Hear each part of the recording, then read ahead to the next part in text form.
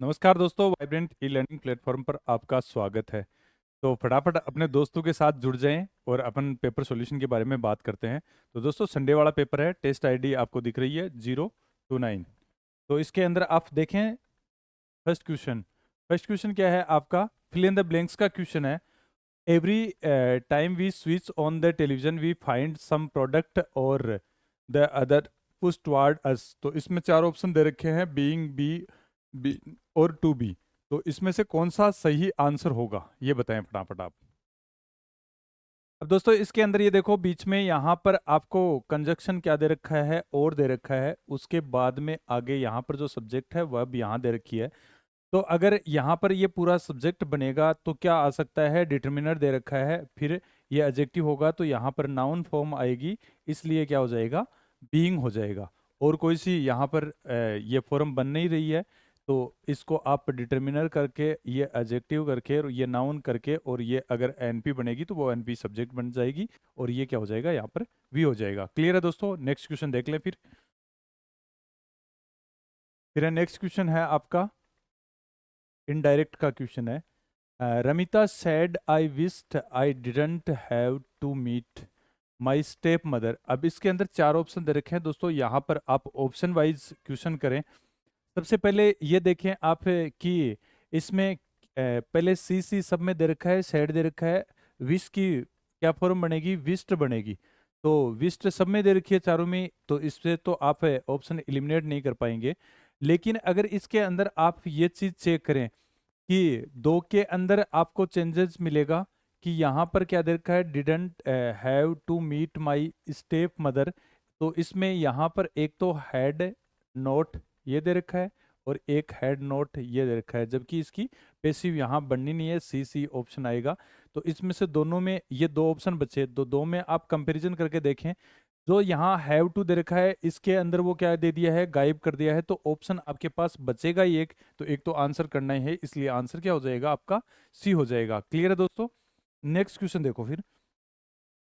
Next question के अंदर आपको एरर का क्वेश्चन है। The scheme which will be launched during the next 2 years require an additional investment of 100 crore। तो इसके अंदर कौन से पार्ट के अंदर आपको एरर दिख रही है, वो आप एरर बताएं। ठीक है ना? चार पार्ट डिवाइड किए हुए हैं, तो इसके अंदर ये देखो, यहाँ पर इसके अंदर the scheme which will be launch during the next 2 years। तो ये आपका अलग क्लोज हो गया। और इस अगर दूसरा क्लोज अलग करे तो ये इसका सब्जेक्ट है। इस सब्जेक्ट अगर सिंगुलर है तो वर्ब भी क्या आएगी? सिंगुलर आएगी। तो यहाँ पर क्या बनेगा? रिक्वायर्स बनेगा। ठीक है ना? इस क्लोज का, यानी ये ऐसे बन जाएगा, ऐसे बन जाएगा अलग। तो इसलिए रिक्वायर्स कौन से ऑप्शन में है? रिक्वायर वाला बी ऑप्शन में है। यहाँ पर रिक्वायर का क्या बन जाएगा? रिक्वायर्स बन जाएगा। तो ऑप्शन बी के अंदर एरर है। नेक्स्ट क्वेश्चन देखें फिर। Rose ran so fast that she tripped and. तो इसके अंदर आपको क्या करना होगा? इम्प्रूवमेंट का क्वेश्चन है, क्या इम्प्रूवमेंट आप करें फिल इन द ब्लैंक्स भरकर। तो इसके अंदर क्या आएगा? क्योंकि रोज रेन सो फास्ट इससे जोड़ रखा है, सो दैट से। तो यहाँ पर सी ट्रिप्ड, तो इसमें कोई ऑप्शन आने की आगे रिक्वायरमेंट नहीं है। जो दे रखे हैं इनमें से कोई सा ही नहीं आएगा, क्योंकि सब्जेक्ट वर्ब को जोड़ रखा है, ऐसा कुछ दे नहीं रखा है। ठीक है? नेक्स्ट क्वेश्चन देखो। फिर है आपको एंटोनिम बताना है। तो एंटोनिम किसका बताना है? वो बताना है बेसमर्च। तो पहले, सबसे पहले आप इसका आंसर देखें कि इसका मीनिंग बेसमर्च का क्या होगा। उसके बाद कंडेम्न, ऑनर, क्रिटिसाइज और जो ऑप्शन दे रखा है आपका अप्रिशिएट, इन सब का मीनिंग देखें। मीनिंग देखने के बाद आपको आंसर देना है। तो बेसमर्च होगा क्या? तो इसके अंदर इसको आप हिंदी में अगर बोलें तो गंदा करना, या फिर आप ये लिख सकते हैं मैला करना। ठीक है ना? या फिर आप कर सकते हैं सुली, सिनोनिम इसका करना चाहें तो इसका उल्टा क्या हो जाएगा? पवित्र, समान, ये हो जाएगा। तो ऑप्शन आप ये कर देंगे। कंडेम ने तिरस्कार कर, यानी ये दोनों तिरस्कार से रिलेटेड है, और अप्रिशिएट प्रशंसा से। इसका मतलब क्या कर सकते हैं आप? प्रशंसा करना कर सकते हैं, इसलिए ऑप्शन आपका बी हो जाएगा। क्लियर है दोस्तों? नेक्स्ट क्वेश्चन देख लेते हैं फिर। नेक्स्ट क्या है? एरर का ही क्वेश्चन है।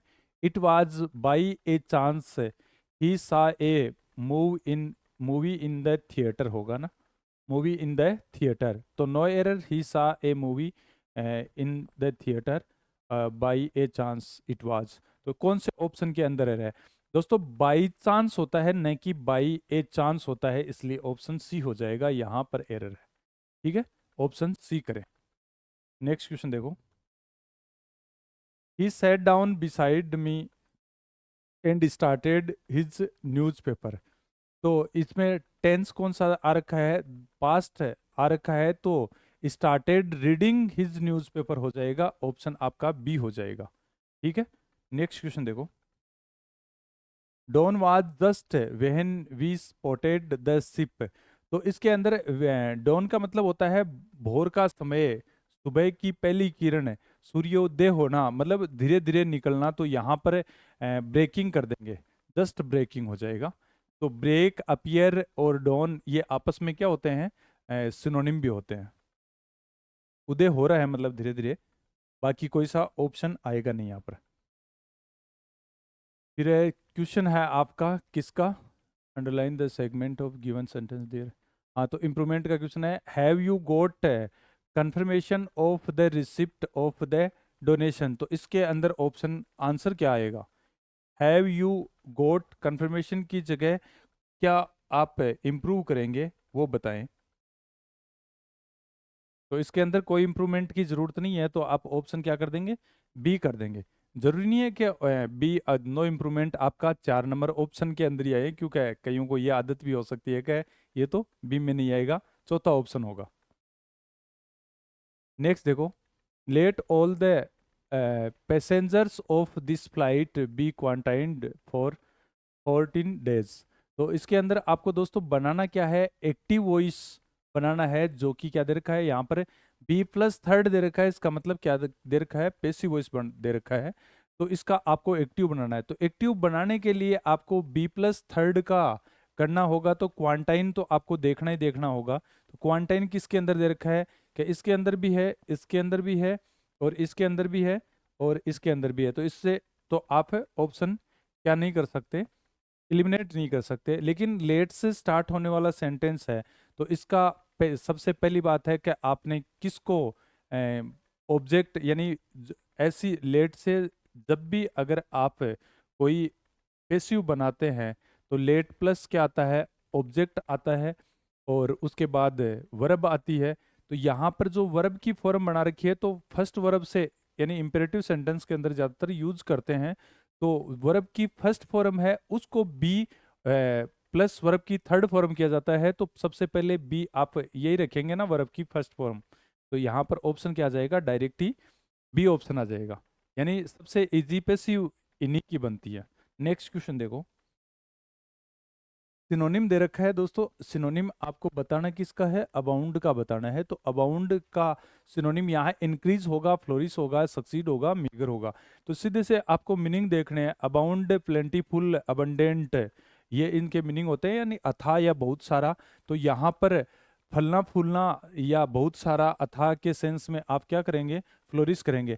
कई इंक्रीज भी कर देते हैं कि इंक्रीज होगा, इंक्रीज का मतलब तो होता है बढ़ना, लेकिन ये तो पहले से क्या है? ज्यादा है। सक्सीड सफल हो जाएगा, मीगर का मतलब होता है बहुत ही कम। नेक्स्ट क्वेश्चन देखो। नेक्स्ट क्वेश्चन में करना क्या है? आपको ईडीएम का मीनिंग बताना है। Incredibly, incredibly, police and next to impossible. तो इसमें यहाँ कौन सा मीनिंग आएगा, और आंसर सही क्या होगा?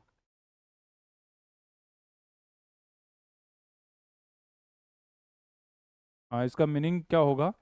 यहाँ पर आप इससे क्या कर दें? इसका like nailing jelly to a tree, इस इडियम का मीनिंग होता है किसी डिफिकल्ट प्रॉब्लम का सॉल्यूशन करने की ट्राई करना, कोशिश करना।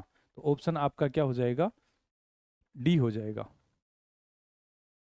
फिर है, this gun should be handled with care and thought for safety, nip in the bud means the matters kept at arms length. यानी आपको 4 ईडियम्स दे रखी हैं, लेकिन यहाँ पर कौन सी ईडियम सेट होगी सेंटेंस के मीनिंग के अकॉर्डिंग?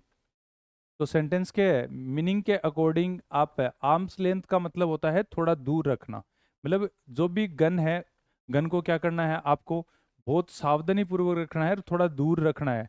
नहीं कि आप सेफ्टी के लिए कोई शॉट मारना, या निप इन द बड का मतलब बुराई को पनपने से पहले खत्म करना, मीन्स द मैटर्स का मतलब हर छोटी चीज पे ध्यान रख कर बात करना। तो यहाँ पर कोई सा ऑप्शन नहीं आएगा, ऑप्शन क्या आ जाएगा आपका, डी आ जाएगा। क्लियर है दोस्तों? नेक्स्ट क्वेश्चन देखो। आपको करेक्टली स्पेल्ड बताना है, चार ऑप्शन दे रखे हैं, उनमें से सही ऑप्शन का चुनाव करना है। तो सही ऑप्शन कौन सा होगा? तो सही ऑप्शन यहाँ पर वेटनरी हो जाएगा। सेपरेबल के अंदर आपको यानी ए आएगा, और रिहर्सल के अंदर यहाँ पर आप ए कर देंगे, और सबकी स्पेलिंग में एक ही स्पेलिंग सही है, ऑप्शन आप क्या कर देंगे, सी करेंगे। क्लियर है दोस्तों? नेक्स्ट क्वेश्चन देखो फिर। हाँ, इसके अंदर आपको PQRS वाला क्वेश्चन दे रखा है। आपको आपके सामने चार सेंटेंस लिखे हुए हैं, उनको आप सीक्वेंस के अंदर जोड़ना है, किसके बाद कौन सा आएगा। तो ये तो बहुत ही शायद इजी होगा। यानी दिखने में आपको सेंटेंस बड़े दिखते हैं, लेकिन वो टफ नहीं होते हैं, बहुत ही इजी होते हैं। तो फटाफट आप आंसर देने की कोशिश करें।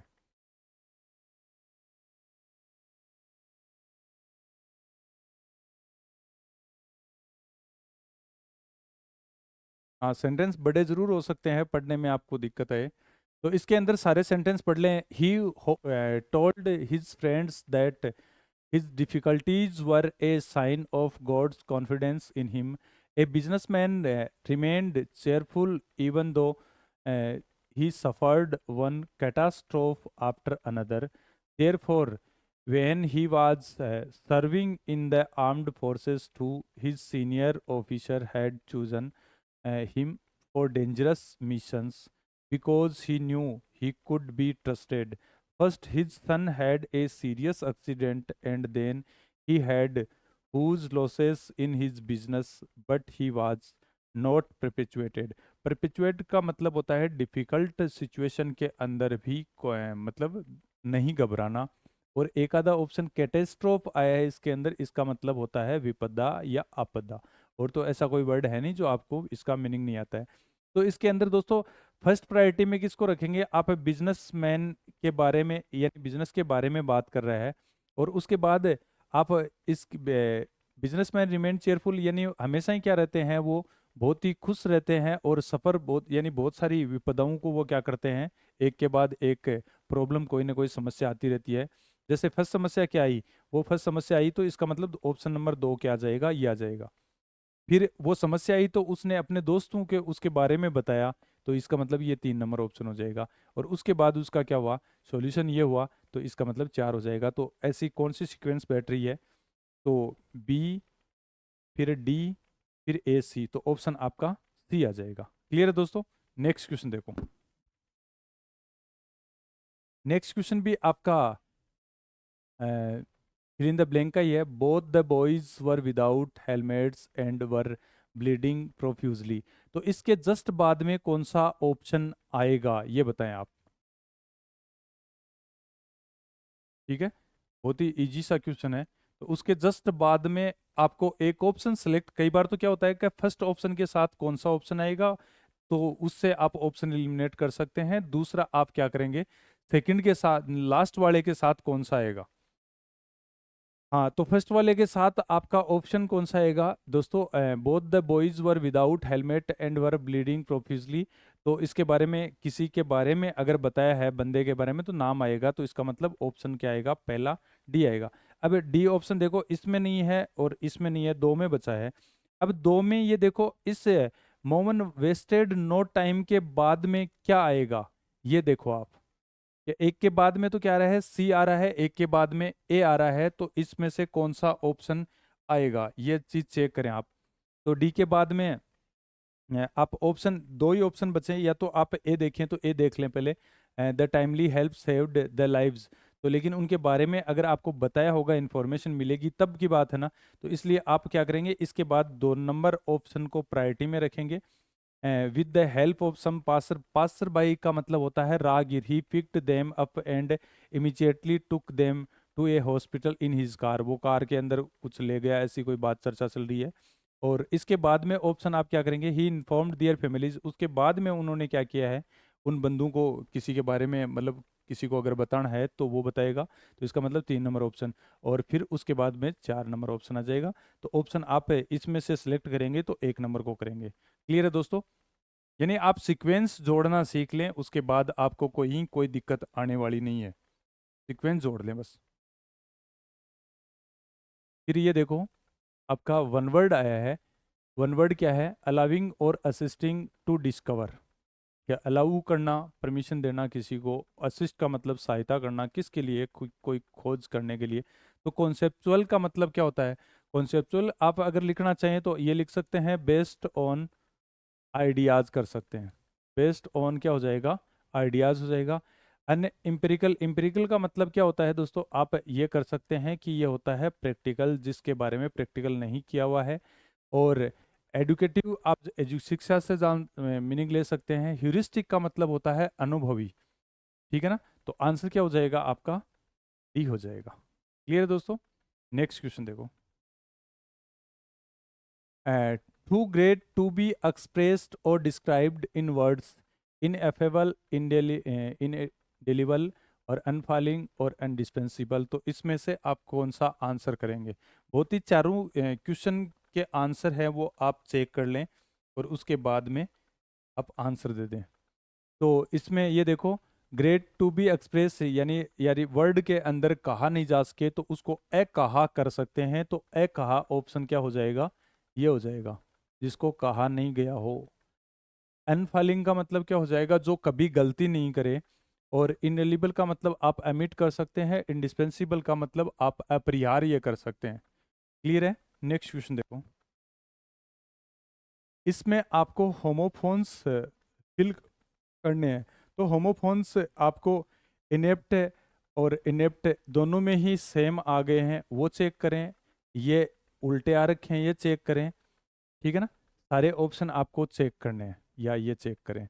तो पहले ये देखो कि यहाँ he was criticise for the leadership. अब ये देखो दोस्तों, आप वर्ड कैटेगरी से कैसे ऑप्शन सेलेक्ट करते हैं कि यहाँ पर ये नाउन आ गया, ये आपका डिटर्मिनर आ गया, तो इसका मतलब आएगा तो यहाँ पर एडजेक्टिव आएगा। और यहाँ पर क्या है कि ये वर्ब आ गई तो इसका मतलब यहाँ पर ये क्या आएगा, आपका नाउन फॉर्मेट आ जाएगा। तो अभी इनमें से देख लीजिए पहले एडजेक्टिव कौन सा है। तो इनेप्ट आपका क्या हो जाएगा, एडजेक्टिव हो जाएगा। अब इसमें भी तो दे रखा है, ये इसमें भी दे रखा है, तो दोनों हो सकते हैं। अब दूसरे में नाउन है तो, लेकिन इसमें वो नाउन नहीं है, तो इसका मतलब ऑप्शन कौन सा बचा आपका, सी बच जाएगा। यानी क्या बोलते हैं इसको, एक को आप कुशल बोलते हैं, एक को आप ये मान लो क्या मूर्ख बोलते हैं। ठीक है? तो ऑप्शन आप क्या कर देंगे, सी कर देंगे। वर्ड कैटेगरी से आपने आंसर निकाल लिए इसके, बाकी मीनिंग से तो आपको नहीं पता लगेगा। फिर है, इसमें सिनोनिम आपको सिलेक्ट करना है। क्विक है, क्वार्ल है, क्विप है और क्विट है। तो इसमें से आप ऑप्शन इन सब के मीनिंग देख लें, उसके बाद आप आंसर दे दें।